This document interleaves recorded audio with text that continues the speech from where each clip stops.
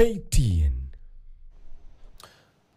Na muungano wa upinzani nchini umeendelea kukosoa uongozi wa Rais William Ruto, ukisema kwamba Wakenya wanahitaji kiongozi anayetekeleza ahadi alizotoa badala ya yule anayejikita katika kutoa ahadi mpya.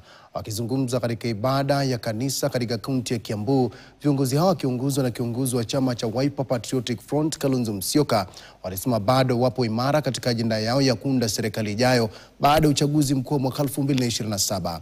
Kalonzo aliwaambia waumini kwamba upinzani hautayumbishwa katika jukumu lake la kuiwajibisha serikali, akisisitiza kwamba taifa linahitaji uongozi na uweka mbele utekelezaji wa ahadi zilizotolewa kwa Wakenya.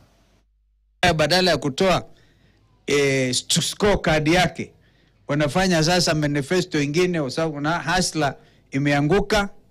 Hakuna kitu inaitwa hasla tena, ilikuwa ni hasla versus dynasties. Alafu bottom up economics, hakuna mtu anaelewa ni kitu gani bottom up. Ni wale watu wanaenda kwa baa wanaweka kichupa chini juu chini.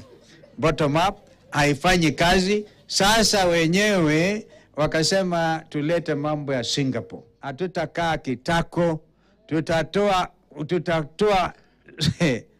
tutatoa kwa nguvu zote ambazo Mungu anaweza akatupatia, kusema tunapinga. Na sisi sio wapinzani, sisi ni government in waiting. Ile timu umesikia tunaunda ya United Opposition, kuna njama ya kujaribu kutugawanya, lakini tunajua ya kwamba hatutakubali kugawanyika. Tutashikana hadi mwisho na tutaungana, tutoe mtu mmoja atakayepeleka Kasongo wapi? Nyumbani. Na hiyo tunasema ni round 1 na ni one time. Unajua power must be checked.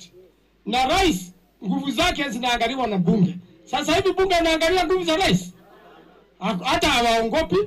Hila nyingi inatembea pale ni hongo, wakati hoja za bunge zinapita na inakuwa ni kama wananchi hawaja wakilishwa. Na